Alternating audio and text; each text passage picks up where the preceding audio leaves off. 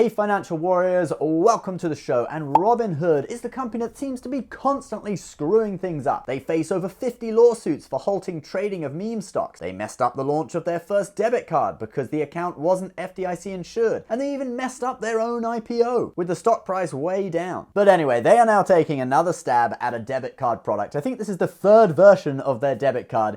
And the landing page is now live and the waiting list is open. And although we've made some jokes about Robinhood, their core brokerage product is used by millions of people with some pretty good results in most cases. So let's take a look at their debit card product. We'll go through all the features. So this is Robinhood's new debit card explained. So here's the landing page and they say, this is what investing looks like. Funny, because to me that looks more like two women buying a cup of coffee and some snacks. But oh, I guess they mean you're getting rewarded for your purchases with investments, okay? Let's have a look at Robinhood's press release about it for a bigger, more detailed explanation. Oh look, here are those two ladies again. So anyway, this is how the rewards on the card actually work. You get a weekly bonus on roundups. When customers invest in themselves, Robinhood Money will give them a bonus of 10 to 100% capped at $10 on their weekly roundups. As they spend, customers can choose to round up their change to the nearest dollar and invest in their choice of assets, which includes stocks and crypto, by the way. The weekly bonus is our way to show our support for our customers' investing goals. So the card doesn't have set rewards on your spending like a cashback rate per dollar spent, but instead they have this roundup thing where you round up your change, presumably to the nearest dollar,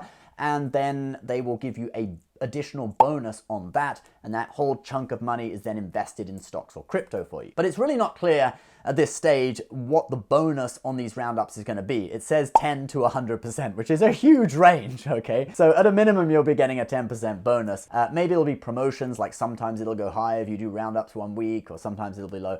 I don't know. We're going to have to wait and see. However, it is capped at $10 per week, and the amount that you can round up is capped at $100 per week. But if you were able to max it out at $10 per week in bonuses, that would be $520 per year that you would get in bonuses from Robinhood. Then there's also going to be what they call everyday savings, which is merchant by merchant offers similar to what we see on debit cards such as the current card. In the press release, they mention H&M, Chevron, and Chipotle, with more coming soon. Then they also say that if you deposit your paycheck into your account, you can get paid 2 days early.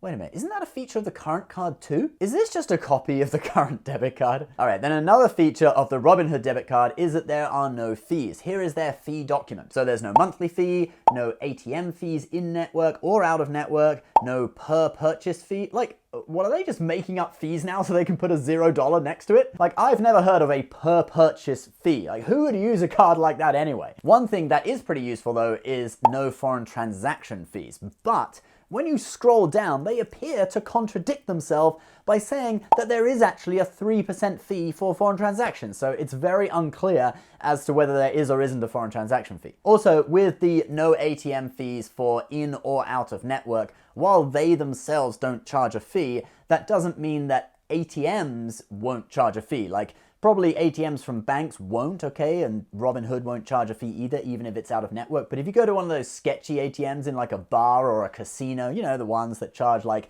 between $2.50 and $9 in the case of casino ones, fee for accessing your own money, that probably won't get refunded to you, okay? This doesn't sound like the Charles Schwab card where they use the language, they actually refund any ATM fee. This is just that Robinhood itself will not charge you a fee on those ATMs. So there is a difference. And they do clarify it further down the page on their landing page that you get access to 90,000 fee-free ATMs. Now, unlike when Robinhood first tried to launch its debit card a few years ago, this one is actually FDIC insured up to $250, which is good, but it is really the minimum you would expect for this kind of product.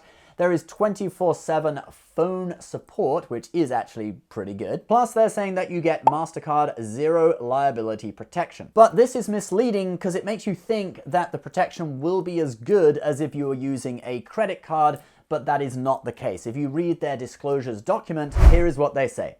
Telephoning is the best way to minimize your possible losses. You could lose all the money in your account.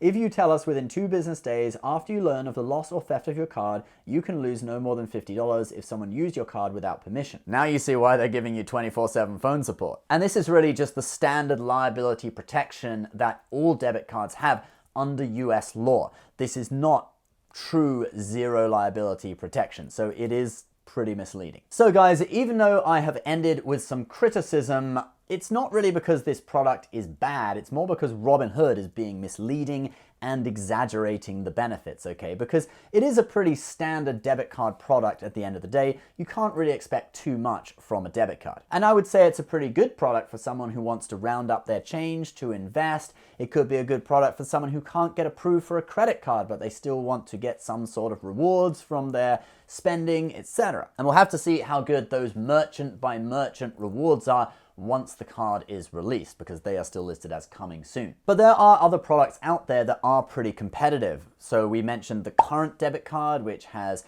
cashback on certain merchant by merchant categories, okay? Then there's also the new debit card that American Express just came out with that earns 1 Amex point for every $2 spent, okay? A lower rate than a credit card, but good for a debit card. Then you've also got the Save Invest debit card, which invests $1 for every dollar you spent on your behalf, and you basically get the returns earned off that, which are typically around 3% per year, okay?